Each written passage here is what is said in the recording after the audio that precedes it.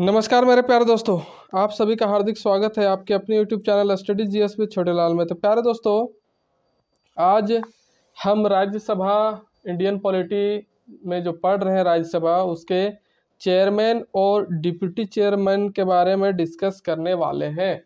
तो प्यारे दोस्तों, अगर आपने राज्यसभा का लास्ट वीडियो नहीं देखा है तो प्लेलिस्ट से जाकर ज़रूर देख लीजिए, ताकि आपको पीछे की सारी चीज़ें आसानी से पता चल सके और हमने क्या डिस्कस किया था उसके बारे में भी पता चल सके। तो हम बात करेंगे आज प्यारे दोस्तों, चेयरमैन ऑफ राज्यसभा कौन होता है। जो हमारे देश का वाइस प्रेसिडेंट होता है प्यारे दोस्तों, वही जो है वो चेयरमैन ऑफ राज्यसभा भी होता है। ये जब हम वॉइस प्रेसिडेंट का टॉपिक जब पढ़ रहे थे तब हमने ये ऑलरेडी डिस्कस किया हुआ था प्यारे दोस्तों कि कौन होता है vice president, chairman of Rajya Sabha होता है ना।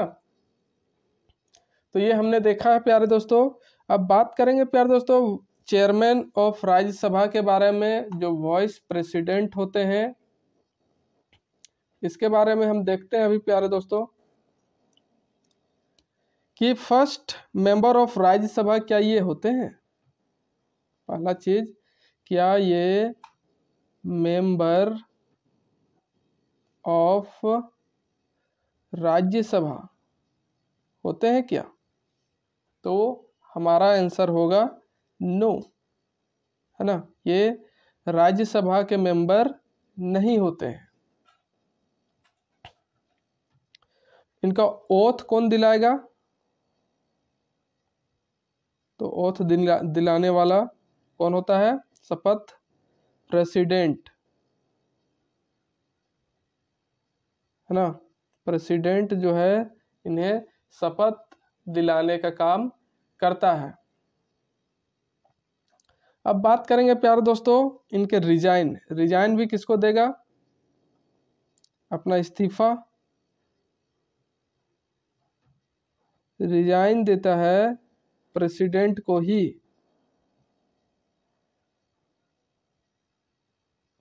है ना। प्रेसिडेंट को अपना रिजाइन भी देगा। और बात करें प्यारे दोस्तों कि इनका टेन्योर, कार्यकाल कितना होता है। टेन्योर होता है इनका प्यारे दोस्तों 5 इयर्स, 5 साल। इलेक्शन इनका कैसा होता है? इलेक्शन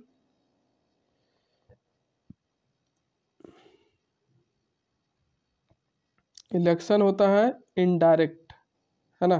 कैसा? इनडायरेक्ट। और इनडायरेक्ट में किसका किसका होता है वो हमने लास्ट वीडियो में चर्चा किया हुआ था। ओ, थोड़ी आपको यहाँ दिखने में प्रॉब्लम हो रही होगी, तो इनडायरेक्ट लिखा हुआ है, इनडायरेक्ट। ओके, तो इनडायरेक्ट तरीका से अप्रत्यक्ष रूप से इनका इलेक्शन, चुनाव करवाया जाता है। और टोटल जिसमें भाग कौन लेते हैं? Total MP of Lok Sabha and Rajya Sabha, है ना। यहाँ इसमें पार्टिसिपेट लेते हैं टोटल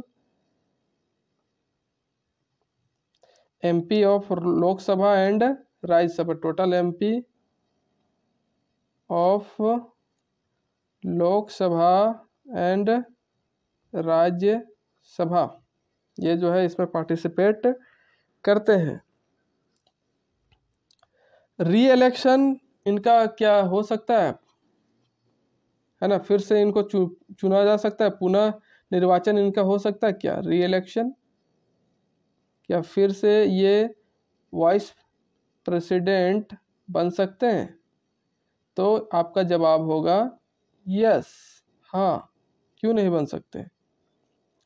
सैलरी इनको कहाँ से मिलता है? ये पहले भी हम चर्चा कर चुके हैं, है ना। सैलरी जो है प्यारे दोस्तों, पेमेंट, वो मिलता है इनको कहाँ से? कॉन्सोलिडेट फंड ऑफ इंडिया से, भारत की संचित निधि से, है ना। कॉन्सोलिडेट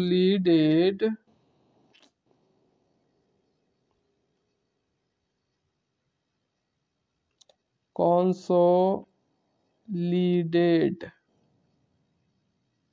अरे क्या लिख रहा है आज, consolidated fund of India, Bharat के संचित निधि से जो है इनको पेमेंट दिया जाता है, मिलता है। इंक भी आज सही से नहीं चल रही है, क्या बात है। और इनका पेमेंट जो होता है प्यारे दोस्तों कितना होता है, 4 लाख, कितना, 4 लाख पेमेंट होता है, 4 लाख मिलता है। मिनिमम एज कितनी होनी चाहिए एक वाइस प्रेसिडेंट बनने के लिए, तो मिनिमम एज जो है प्यारे दोस्तों वो होना चाहिए 35 ईयर्स, शुड बी कंप्लीट, है ना, 35 ईयर्स कंप्लीटेड, 35 साल इनका कंप्लीट हो गया होना चाहिए, तभी ये क्या बन सकते हैं, वाइस प्रेसिडेंट। और मैक्सिमम एज की बात करें, मैक्सिमम एज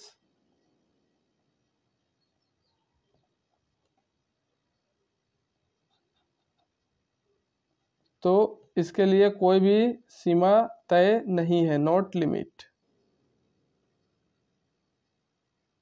35 साल से ऊपर कितने भी उम्र के लोग को बुलाया जा सकता है। और फर्स्ट चेयरमैन ऑफ राज्यसभा की बात करें तो कौन थे, फर्स्ट चेयरमैन ऑफ राज्यसभा, तो फर्स्ट चेयरमैन ऑफ राज्यसभा की बात करेंगे हम प्यारे दोस्तों, तो वो होगा कौन, first chairman of Rajya Sabha, first chairman of Rajya Sabha थे कौन, आप सभी जानते होंगे, सर्वपल्ली राधा कृष्णन, है ना, एस राधा कृष्णन।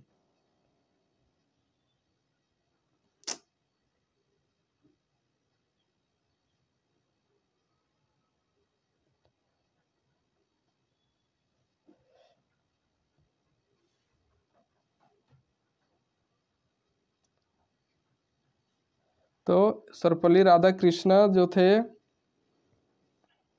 कृष्ण होता है, कृष्णा नहीं, राधा कृष्ण, वे कौन थे, first chairman of Rajya Sabha, Rajya Sabha के पहले अध्यक्ष। और प्रेजेंट की बात करें प्यारे दोस्तों, तो प्रेजेंट में अभी कौन है ना, अगर प्रेजेंट की बात करें तो प्रेजेंट में अभी कौन है, वेंकैया नायडू, वेंकैया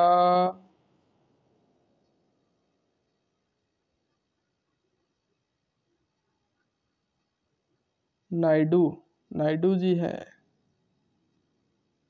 वेंकैया नायडू है अभी प्रेजेंट में। तो आई होप आपको यहाँ तक अच्छे से समझ में आया होगा प्यारे दोस्तों। अब बात करेंगे हम किसके बारे में, डिप्टी चेयरमैन ऑफ राज्यसभा के बारे में बात करेंगे हम प्यारे दोस्तों। तो आई होप आप यहाँ तक जरूर से लिख लेंगे और अपनी कॉपी में साथ ही साथ नोट करते हुए जा रहे होंगे प्यारे दोस्तों। तो मैं इसे अभी फिलहाल इरेज करने वाला हूँ और देखते हैं डिप्टी चेयरमैन के बारे में। तो प्यारे दोस्तों बात करें deputy chairman of Rajya Sabha, Rajya Sabha का उपसभापति के बारे में, सभापति के बारे में तो हमने देख लिया। तो प्यारे दोस्तों तो उपसभापति जो है अगर इसकी बात करें तो क्या ये मेंबर ऑफ राज्यसभा होता है, तो यस ये होते हैं, जबकि जो उप चेयरमैन थे वो मेंबर ऑफ राज्यसभा नहीं होते थे, है ना। ओथ क्या इनको दिलाया जाता है, तो नहीं, नो, इनको ओथ नहीं दिलाया जाता। क्यों नहीं दिलाया जाता इसके बारे में भी हम चर्चा करेंगे। रिजाइन अगर ये देने की बात करें प्यारे दोस्तों, तो किसको रिजाइन देंगे? चेयरमैन ऑफ राज्यसभा को, है ना, chairman of Rajya Sabha means that vice president को ये अपना रिजाइन दे सकते हैं। टेन्योर जो है प्यारे दोस्तों इनका 6 ईयर का होता है। 6 ईयर क्यों?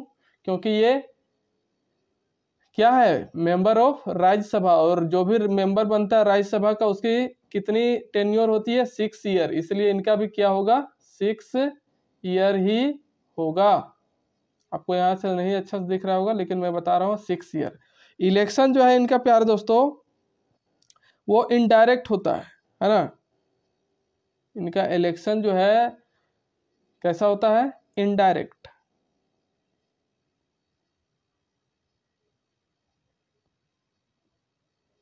डिप्टी चेयरमैन के लिए इनडायरेक्ट इलेक्शन कराया जाता है, और इसमें पार्टिसिपेट करते हैं कौन? Total MP of Rajya Sabha, total MP of Rajya Sabha, Rajya Sabha के जितने भी एमपी हैं, है ना, वही जो है इस इलेक्शन में पार्टिसिपेट लेते हैं, भाग लेते हैं, और डिप्टी चेयरमैन ऑफ राज्यसभा का चुनाव करते हैं। री इलेक्शन इनका क्या हो सकता है? यस, पुनः निर्वाचन जो है इनका हो सकता है, फिर से ये चुनाव में खड़े हो सकते हैं इस पोस्ट के लिए। और सैलरी जो है इनको मिलता है कंसोलिडेट फंड ऑफ इंडिया से ही। सैलरी इनको भी कहाँ से मिलता है? कंसोलिडेटेड फंड ऑफ इंडिया, यहीं से जो है इनको क्या मिलता है? सैलरी।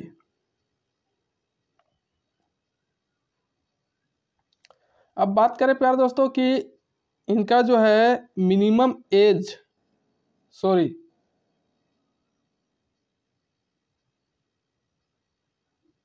जी हाँ, यहाँ एज होगा, मिनिमम एज। मिनिमम एज जो है प्यारे दोस्तों वो कितना होना चाहिए? 30 ईयर्स, है ना, कितना? 30 ईयर्स कंप्लीट होने चाहिए, तभी तो ये राज्यसभा के मेंबर बनते हैं ना। और फिर इनका मैक्सिमम एज, इसके लिए भी नो लिमिट है, कोई लिमिट नहीं तय किया गया है कि इतने ही साल तक बन सकते, बस 30 ईयर से एबव होने चाहिए। प्रेजेंट में जो है, सॉरी प्यारे दोस्तों, फर्स्ट की बात कर लेते हैं कि first deputy chairman of Rajya Sabha कौन थे, है ना। First deputy chairman of Rajya Sabha, तो first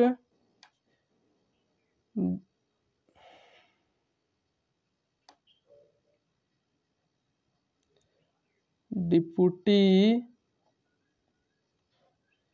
chairman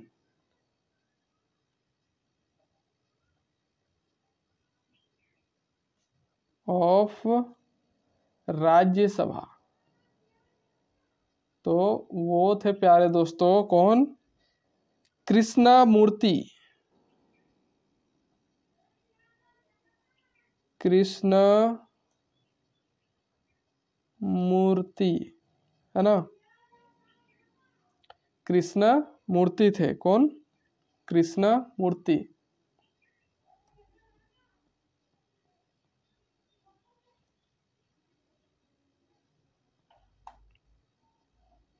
first deputy chairman of Rajya Sabha Krishna Murthy. और अब बात करेंगे प्यारे दोस्तों कि प्रेजेंट में कौन है ना। तो प्रेजेंट में जो है अभी है हरिवंश नारायण, है ना। प्रेजेंट की बात करें प्यारे दोस्तों, प्रेजेंट में अभी कौन है? हरिवंश नारायण, हरिवंश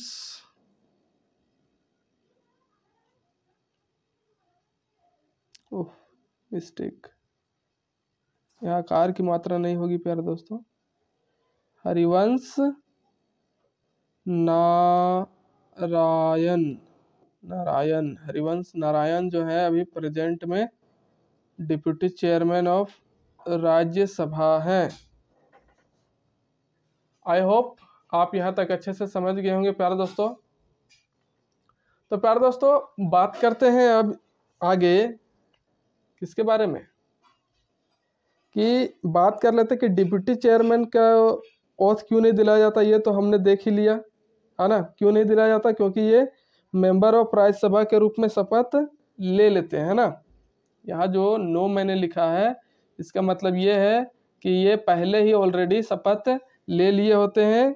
किस चीज़ के लिए? मेंबर ऑफ राज्यसभा के लिए, क्योंकि ये मेंबर ऑफ राज्यसभा होते हैं ना, उसी टाइम ये मेंबर ऑफ राज्यसभा का शपथ लेते हैं, इसलिए दोबारा इनको शपथ इस पोस्ट के लिए नहीं दिलाया जाता, इसलिए यहाँ पर ओथ है इनका नो लिखा हुआ, समझे। आई होप आपको यहाँ तक अच्छे से समझ में आया होगा प्यारे दोस्तों।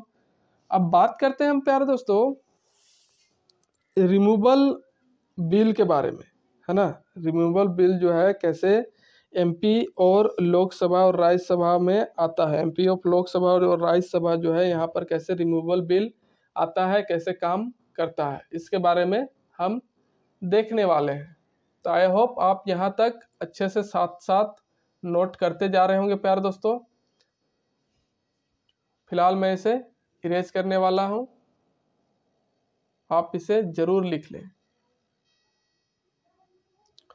तो प्यारे दोस्तों removal of MP of Lok Sabha और राज्यसभा की बात करें कि लोकसभा और राज्यसभा के जो एमपी है इनको कैसे हटाया जाता है, रिमूव कैसे किया जा सकता है, तो इसके बारे में अभी हम देख लेते हैं प्यारे दोस्तों कि इनके लिए दो प्रावधान, दो तरह से इनको मतलब कि हटाने की जो प्रक्रिया है प्यारे दोस्तों वो किस तरह से होगा। फर्स्ट होगा मेरे प्यारे दोस्तों, फर्स्ट की अगर बात करें, फर्स्ट तो डिस्क्वालिफिकेशन है ना, यहाँ के जो एमपी हैं उसको हटाने के लिए फर्स्ट है डिस्क्वालिफिकेशन अयोग्यता के आधार पर। डिस्क्वालिफिकेशन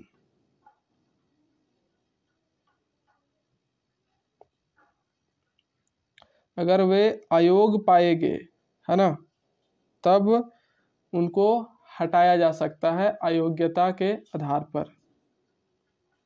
अयोग्यता के आधार पर है ना। तो वो ये जो बात है प्यारे दोस्तों ये कौन से आर्टिकल में मेंशन है ना। अयोग्यता के आधार पर जो है एमपी को हटाने की जो बात है ये आर्टिकल 102 में मेंशन है, 102 में, आर्टिकल 102 में है ना। ये बात बताई गई है कि डिस्क्वालिफिकेशन के आधार पर एमपी को क्या किया जा सकता है, हटाया जा सकता है। तो अयोग्यता जो है प्यारे दोस्तों किस तरह से डिसाइड किया जाएगा, तो ये जो अयोग्यता है प्यारे दोस्तों इसके तहत या फिर आर्टिकल 102 के तहत क्या क्या चीज़ें आती हैं, तो वो है फर्स्ट प्यारे दोस्तों मेरे कि ऑफिस ऑफ प्रॉफिट में है, अगर कोई लाभ के पद में है, ऑफिस ऑफ प्रॉफिट, लाभ के पद में हो कोई और वो राज्यसभा का सदस्य बन गया होगा है ना। दूसरा जन प्रतिनिधित्व कानून, जन प्रतिनिधित्व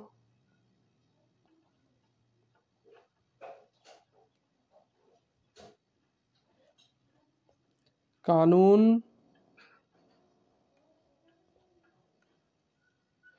1992 के तहत है ना, 1952 में एक कानून आया था जन प्रतिनिधित्व कानून, इसके तहत भी उनको क्या किया जा सकता है, हटाया जा सकता है।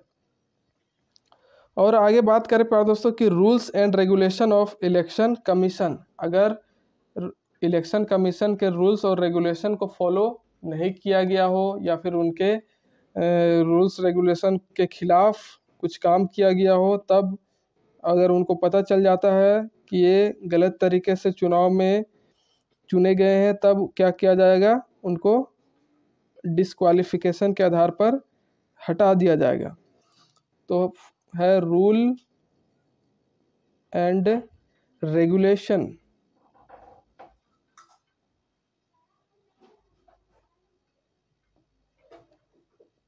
ऑफ इलेक्शन कमीशन, है ना, ऑफ इलेक्शन कमीशन।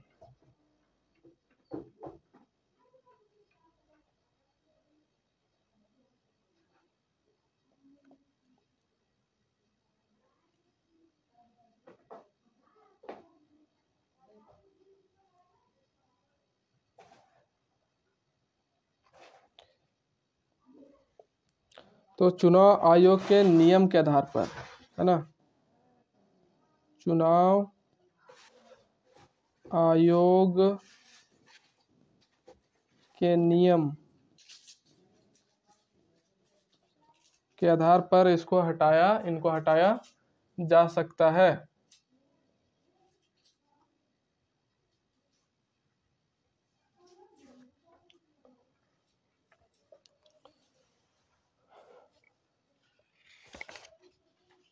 और बात करें प्यारे दोस्तों, तो फिर इनको हटाने का काम कौन करेगा, रिमूव बाय प्रेसिडेंट। इनको हटाने का काम जो है प्यारे दोस्तों वो कौन करेंगे, president.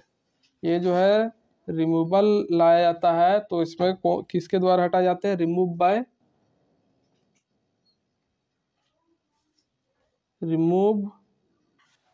By president,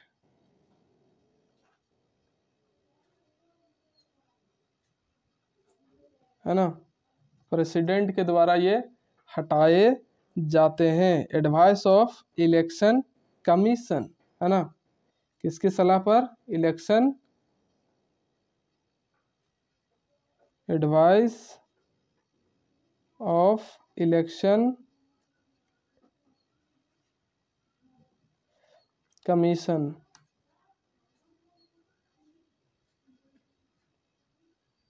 election commission के सिफारिश पर, है ना, इनको हटाया जाता है।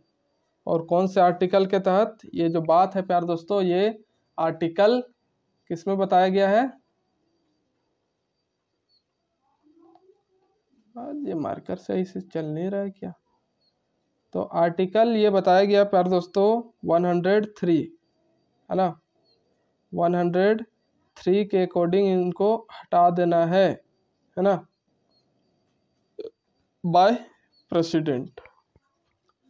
तो ये बात तभी हम देखें प्यारे दोस्तों कि किस तरह से रिमूव किया जाता है एमपीओ को, है ना, राज्यसभा के एमपीओ को, और लोकसभा के जो है एमपी उनको कैसे हटाया जाता है। ये तो बात हो गया कि डिस्क्वालिफिकेशन के आधार पर, अयोग्यता के आधार पर उनको हटा दिया जाएगा। अब बात करेंगे हम प्यारे दोस्तों कि speaker of Lok Sabha and deputy speaker of Lok Sabha, इनको कैसे हटाया जाता है ना।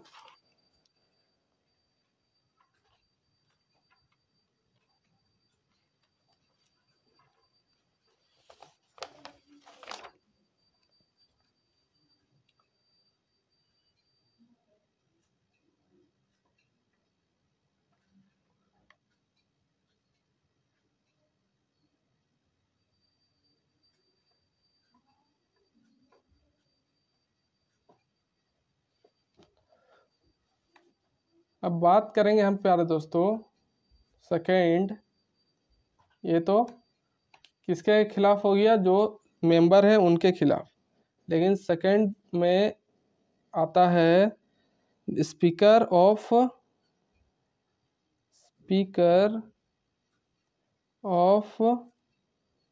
लोकसभा, है ना, and deputy speaker of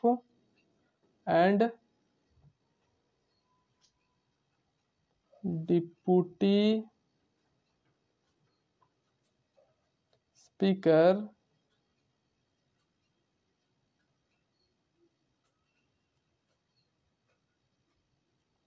of Lok Sabha. Lok Sabha के जो डिप्टी स्पीकर हैं प्यारे दोस्तों और स्पीकर, उनको कैसे हटाया जाएगा, सेकंड तरीका में ये अलग तरीके से बताया जाएगा अभी। और फिर इसी में आता है chairman and deputy chairman of Rajya Sabha, है ना। चेयरमैन एंड डिप्टी चेयरमैन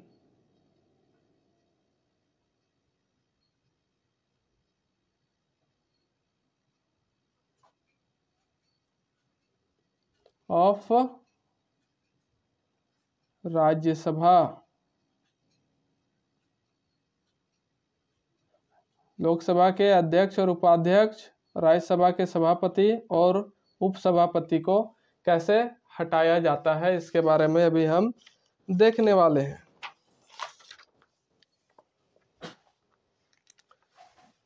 तो प्यारे दोस्तों, इसे फिलहाल मैं क्या इरेज कर सकता हूं, तभी काम बनेगी। तो फिलहाल मैं प्यारे दोस्तों इसे इरेज ही कर देता हूं।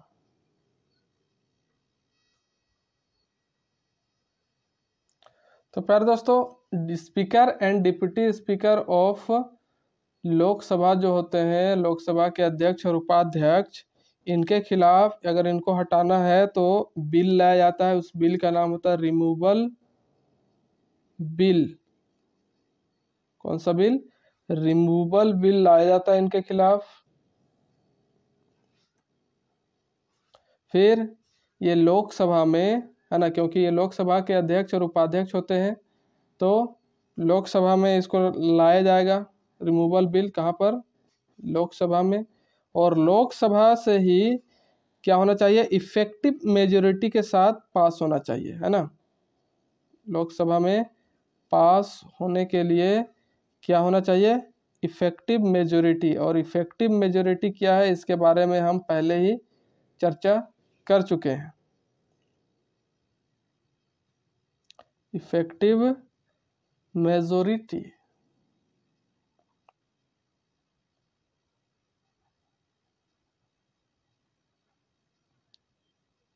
तो जो हम बिल पढ़ रहे थे प्यारे दोस्तों, है ना, विधेयक, उसमें हमने चर्चा किया हुआ था कि इफेक्टिव मेजोरिटी जो है, प्रभावी बहुमत क्या क्या होता है।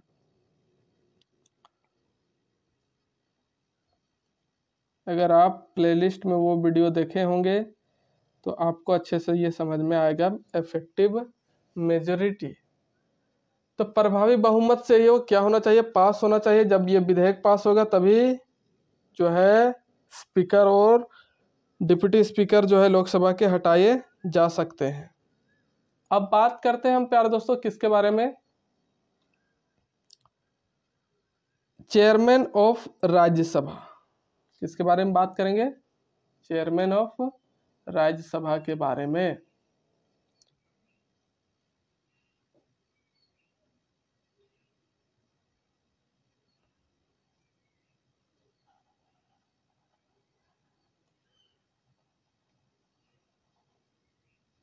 Chairman of Rajya Sabha. राज्यसभा के चेयरमैन को कैसे हटाया जाएगा? तो या फिर कह सकते हैं कि वाइस प्रेसिडेंट वही होते हैं। कैसे हटाया जा सकता है? इनके पोस्ट से इनको कैसे हटाया जा सकता है? तो इनको हटाने के लिए भी रिमूवल बिल लाया जाता है। जिस तरह से लोकसभा के अध्यक्ष उपाध्यक्ष को हटाने के लिए लाया गया था, रिमूवल बिल लाया जाएगा। तो ये रिमूवल बिल कहाँ आएगा प्यारे दोस्तों? ये आएगा, ये राज्यसभा के होते हैं तो इसलिए राज्यसभा में ही आएगा, है ना। और राज्यसभा में आने के बाद इफेक्टिव मेजोरिटी से, प्रभावी बहुमत से पास होना चाहिए राज्यसभा से, है ना, pass by effective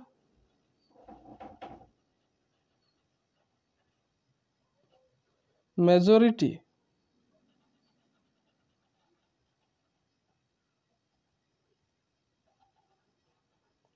effective majority के साथ पास होने चाहिए। उसके बाद जब ये लोकसभा में पास हो जाएगा तो यहाँ से पास होने के बाद ये जाएगा कहाँ, पास होकर लोकसभा में, है ना, कहाँ पर, लोकसभा में। और लोकसभा में ये पास होना चाहिए किस तरह से, यहाँ पर था इफेक्टिव मेजोरिटी, लेकिन यहाँ पर होगा सिंपल मेजोरिटी।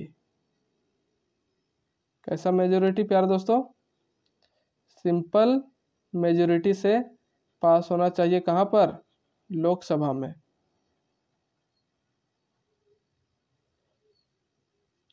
लोकसभा में क्या होना चाहिए, सिंपल मेजोरिटी के साथ पास होना चाहिए, तभी जो है चेयरमैन ऑफ राज्यसभा है इनको हटाया जा सकता है।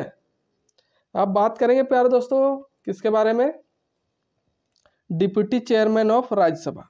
तो डिप्टी चेयरमैन ऑफ राज्यसभा को कैसे हटा सकते हैं, तो इसके लिए है प्यारे दोस्तों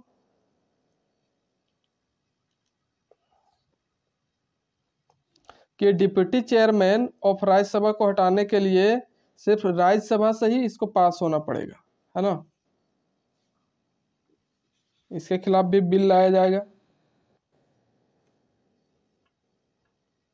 डिप्टी चेयरमैन ऑफ राज्यसभा,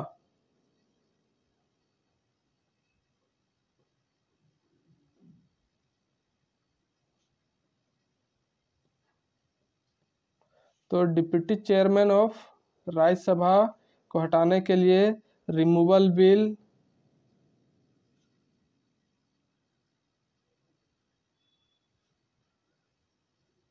पेश किया जाएगा, कहाँ पर, राज्यसभा में, है ना, राज्यसभा में रिमूवल बिल आएगा और यहाँ पर पास होना चाहिए ये पास बाय इफेक्टिव मेजोरिटी, है ना, पास होना चाहिए इफेक्टिव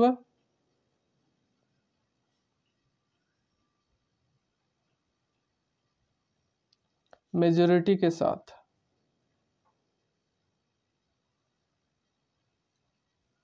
तो जब ये इफेक्टिव मेजोरिटी के साथ पास हो जाएगा प्यारे दोस्तों, तब ये अपने पद से हटा दिए जाएंगे, कौन, डिप्टी चेयरमैन ऑफ राज्यसभा।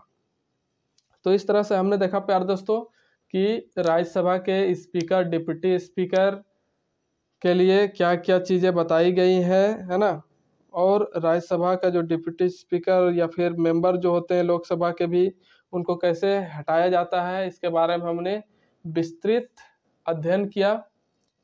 अब देखेंगे प्यारे दोस्तों नेक्स्ट वीडियो में कंपैरिजन देखेंगे, कंपैरिजन की लोकसभा और राज्यसभा के बीच में किस तरह का तुलना क्या होता है, क्या क्या चीज़ें अलग अलग होती है। तो comparison between Lok Sabha and Rajya Sabha जो है वो हम नेक्स्ट वीडियो में डिस्कस करेंगे प्यारे दोस्तों। आई होप आप यहाँ तक अच्छे से स्टडी कर लेंगे और अपनी